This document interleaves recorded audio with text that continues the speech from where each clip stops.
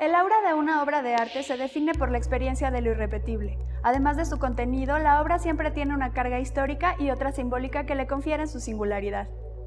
Pero ¿qué nos sucede entonces cuando nos enfrentamos a fragmentos de una obra, como en el caso de las ruinas, o cuando no podemos distinguir el original de una falsificación? Tal vez hay algo en el arte que no podemos ver. Acompáñenme a descubrirlo.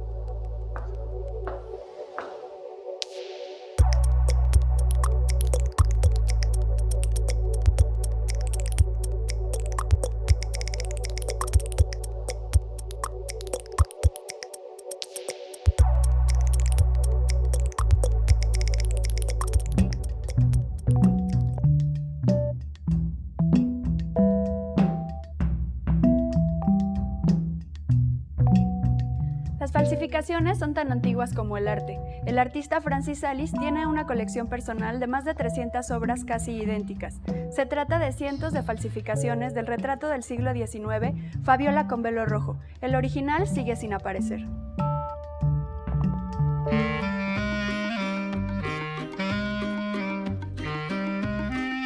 Interesado en el proceso de la copia y en la circulación de las imágenes, más allá de las instituciones de arte establecidas, el artista Francis Alice inició una búsqueda de las pinturas o cuadros que la gente había replicado con sus propias manos, tomando como modelo grandes obras maestras. Decidí tratar de hacer una colección de obras maestras, pero como obviamente no tenía los recursos para comprarme un Manet o un... pero a lo largo de esas como herencias en los mercados de cosas usadas, me topé en un día, en 92, con dos imágenes, dos copias a mano de la misma imagen de este perfil de mujer que ven aquí atrás. Decidí comprarlas y a lo largo de unos meses empecé a encontrar más y más copias y se volvió en un proyecto más ambicioso de tratar como de reconstruir un poco la historia de esta imagen, pero también investigar la pregunta detrás de esta imagen. Se trata de Santa Fabiola, una persona noble del IV siglo después de Cristo. Fabiola era una matrona romana de fines del siglo IV. Debe su inmortalidad al hecho de haber tenido una historia de hondo arrepentimiento que San Jerónimo, el autor de la Vulgata latina, se encargó de convertir en ejemplo de la doctrina salvífica del cristianismo. Fabiola se divorció de un esposo abusivo que la golpeaba. Se casó nuevamente, pero pronto enviudó. Después, dedicó el resto de su vida a expiar sus culpas por haberse divorciado. Sin embargo, la transformación de Fabiola en una figura de culto comenzó en la década de 1850, cuando se publicó una versión de su historia en forma de novela romántica al estilo de las popularizadas por Sir Walter Scott. Esta novela, titulada Fabiola o la Iglesia de las Catacumbas, fue escrita por el cardenal Nicholas Wiseman y rápidamente se convirtió en un bestseller, leído por todas las señoritas piadosas de la época. Más adelante fue pintada por un pintor académico francés, Jean-Jacques Henner, en 1885. El original desapareció unos 20 años más tarde, en condiciones bastante oscuras, y esta imagen sobrevivió gracias a su copia. Y lo que en parte llamó mi atención es que es un fenómeno que no solo ocurrió en Europa, sino que se propagó, hasta donde entiendo, en más o menos todos los países de religión católica, o sea, desde Rusia hasta Argentina, basándome en los lugares en los cuales encontré o copias o gentes que los tenían en su casa, o sea, que me dijeron, sí, yo tengo una, mi abuela tiene una, etc. La colección de Alice parte de dos criterios principalmente. El primero es el tema. Evidentemente, todas las obras deben ser el retrato de Fabiola. Y el segundo es que todas las obras deben estar hechas a mano. Es decir, ninguna es una reproducción mecánica. A pesar de lo aparentemente específico de la colección, existe una enorme variedad dentro de las obras. Cada uno de los más de 300 retratos se distinguen entre sí. principalmente en la técnica que va desde óleo, gouache, bordado, esmalte, yeso, cerámica e incluso semillas. Hay como un rango de variaciones en la interpretación de este perfil infinito, o sea, no hay dos iguales. Detrás de eso está la pregunta del el por qué, si quieres, la gente, el pintor, tiene la necesidad de reproducir esa imagen pintándola. O sea, sabe que hay algún tipo como de ritual en el hecho de pintarla que le da a la imagen su aura de protección del hogar, porque parece ser que sí es una santa que tiene esta virtud de protección del hogar, de la familia, etc. Entonces, esta investigación me llevó a hacer preguntas sobre qué es un ícono, o sea, y sobre todo quiénes somos nosotros para decidir qué es un ícono hoy en día sin la distancia del tiempo.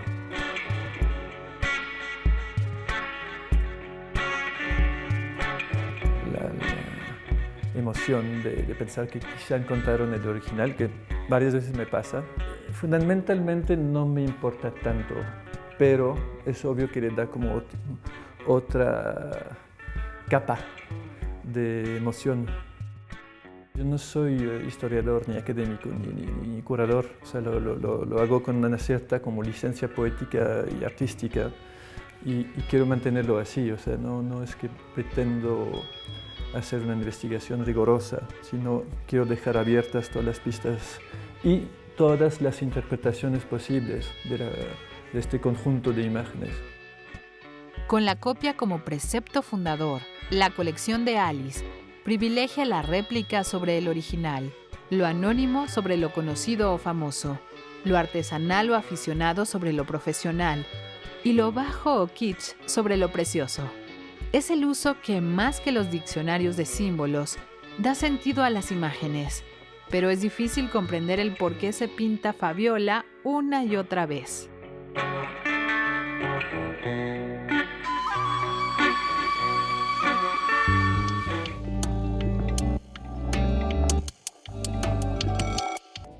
Falsificaciones del arte contemporáneo o falsificaciones de la realidad. Es posible plantearnos la existencia de falsificaciones en el arte contemporáneo. Incluso podemos decir que este las facilita. Lo que es difícil es pensar que el original y la copia tengan el mismo valor. Platicamos con el crítico y curador Chris Sharp, quien nos explica algunos de los criterios con que trabajan artistas contemporáneos, siendo la develación del proceso de trabajo uno de los primordiales.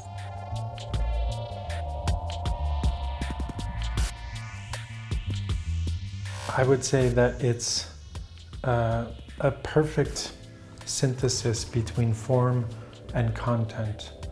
The sense that there's like form and content happen at the same time, and that the work of art isn't in the service of content, right? It's not illustrating an idea. It somehow contains the idea in the form and how it's presented. Las obras de arte se valoran según criterios sobreañadidos, sobre todo después de que la obra es coleccionada o entra a una institución cultural. A partir de ese momento, la obra adquiere una importancia totalmente ajena a su sentido original. De ahí que casi todos los valores sobreañadidos han nacido por razones del coleccionismo, del comercio del arte y como consecuencia de la museografía. La autoría o reconocimiento del autor de la pieza es actualmente el valor de mayor importancia que pueda tener una obra de arte y se identifica generalmente mediante la firma. Resulta paradójico ver cómo el valor de más peso depende del único elemento no creativo de la pieza.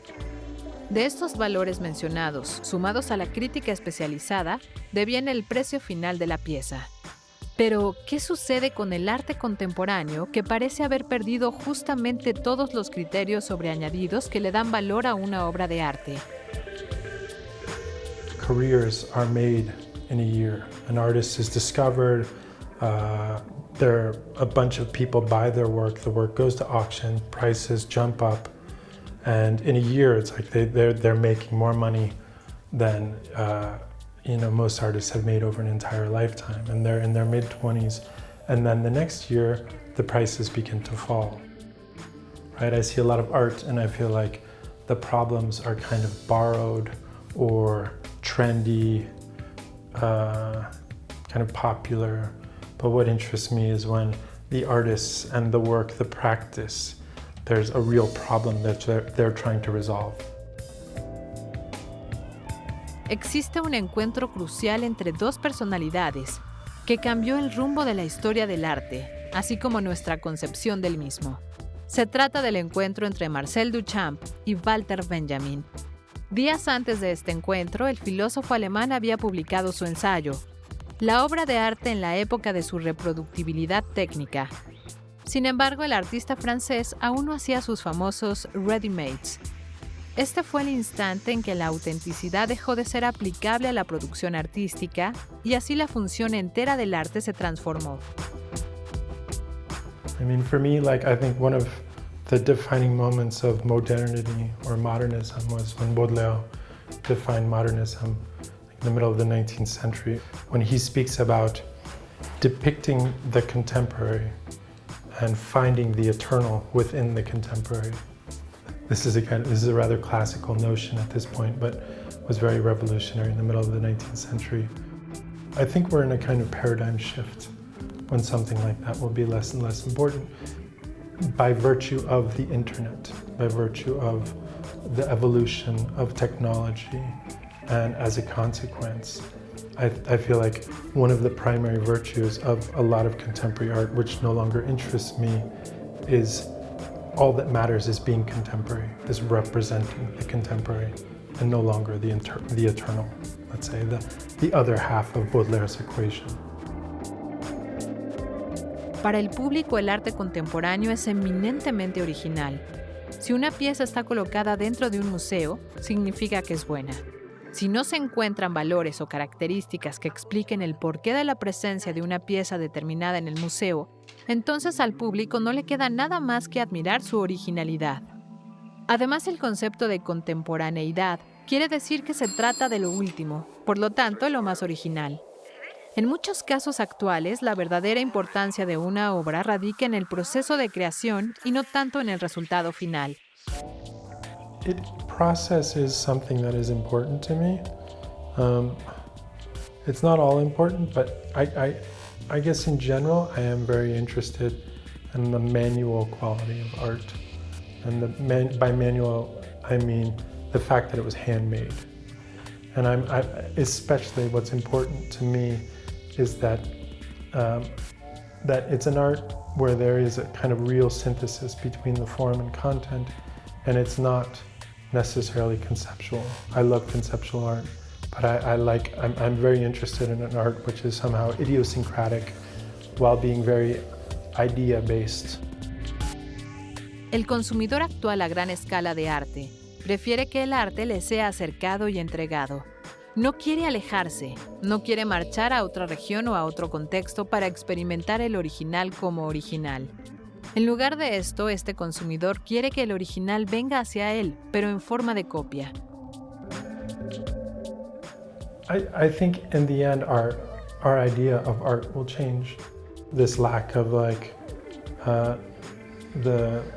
some kind of permanence pushes art closer and closer to entertainment, to something which has to have an immediate impact and be forgotten, like a lot of entertainment, like a Hollywood film, right? I mean, it doesn't really stay with you, and it doesn't really oblige you to think or examine your own situation or the world.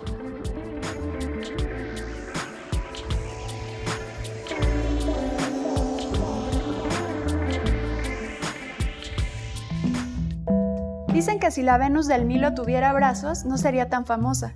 Asimismo, si en 1911 Vincenzo Perugia no se hubiera robado a la Mona Lisa del Louvre, no sería el cuadro más reproducido y visitado de la historia. Cuando se supo que la Gioconda había sido robada, hubo más filas que nunca en el Louvre. La gente se formaba para ver el vacío que había dejado el robo del aún no tan famoso cuadro.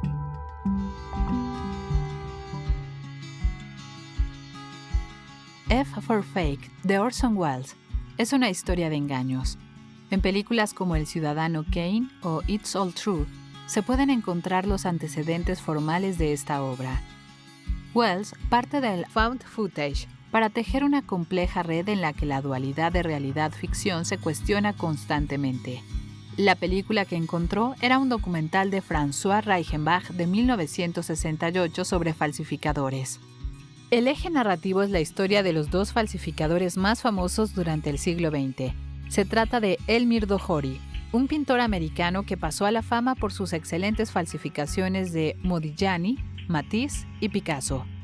Sus engaños salieron a la luz detalladamente gracias a una biografía escrita por Clifford Irving, quien algunos años más tarde también sería acusado de fraude por publicar una autobiografía completamente falsa del multimillonario Howard Hughes. En la película de Orson Welles, ambos falsificadores hablan de sus fraudes abiertamente. Además de exponer la historia de estos dos personajes enigmáticos, Welles también incluye una especie de autorretrato en F for Fake. Este juego con su propio yo se establece en el prólogo en el que el mismo Welles aparece como prestidigitador ante unos niños que lo ven sorprendidos. Formalmente, F for Fake es un collage de imágenes que se suceden vertiginosamente. Los fragmentos de periódicos y noticieros televisivos que se incluyen conforman a su vez una narración de fondo que enfatiza el carácter documental de la película. La sala de edición aparece como un laboratorio de un científico o un mago. La moviola parece el instrumento mediante el cual se puede efectuar la magia, pues permite convertir fragmentos de película inconexos en una narración. Formalmente, esta película se asemeja a la escuela soviética de los años 20, especialmente a los experimentos de Kuleshov, quien a través de la edición buscaba crear una ilusoria continuidad espacial.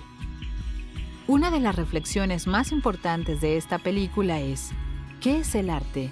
¿Y quién tiene el poder para decidir qué es arte y qué no?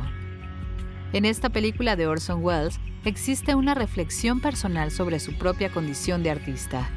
Welles se sumerge en un monólogo existencial en el que plantea lo efímero de la vida y la obra del hombre, poniendo en tela de juicio la importancia de la creación y la autoría del artista, a quien inevitablemente el tiempo acaba por destruir.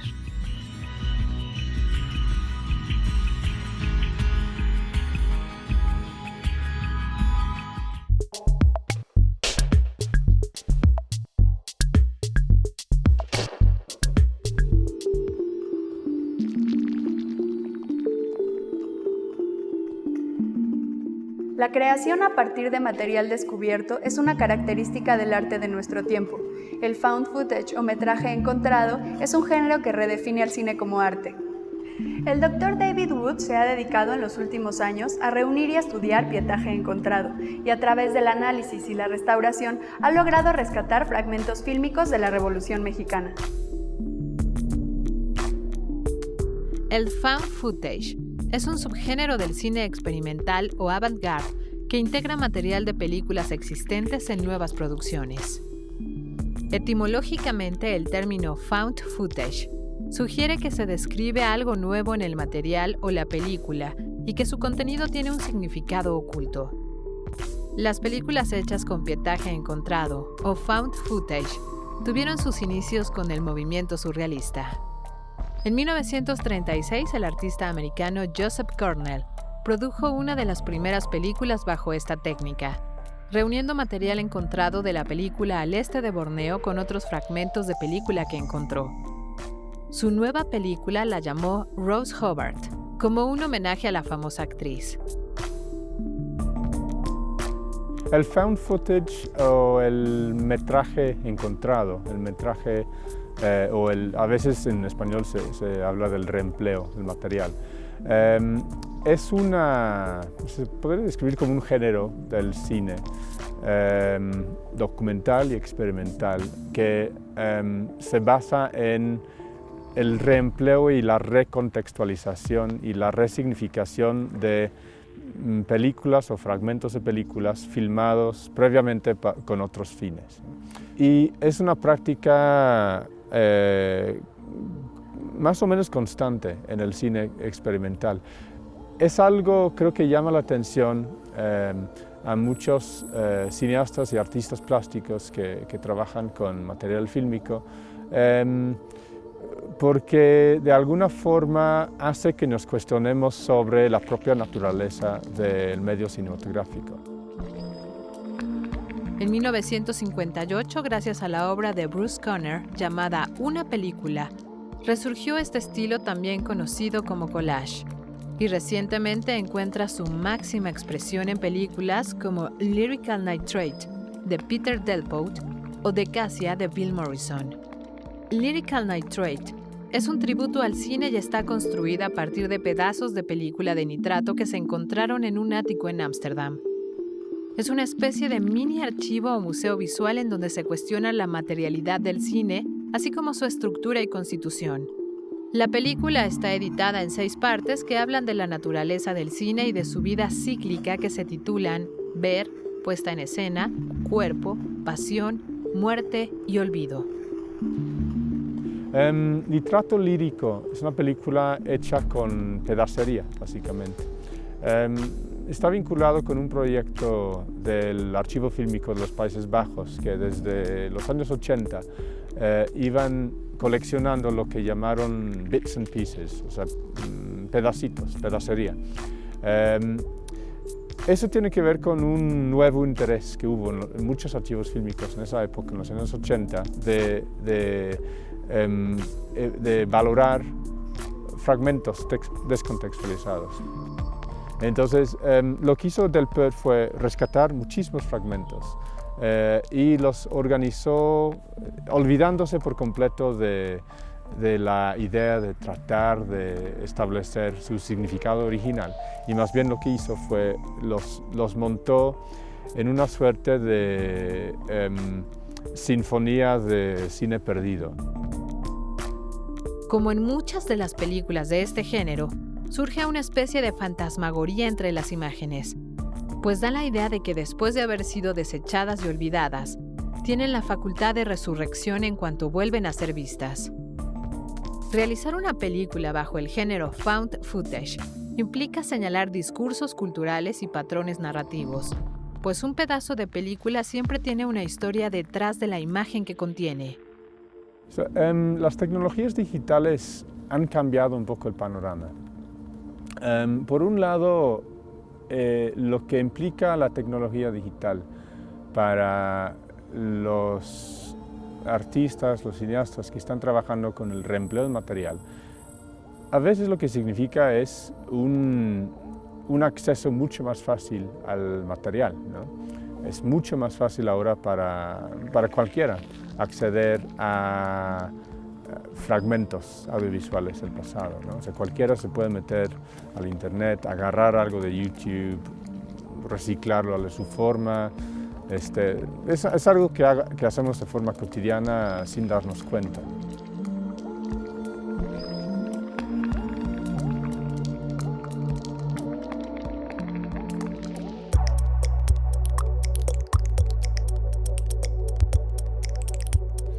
Si una obra de arte o arqueológica está expuesta en un museo o una galería, si se subasta en millones de euros o si aparece en las noticias o los libros de historia, entonces compartimos una noción colectiva, la credibilidad.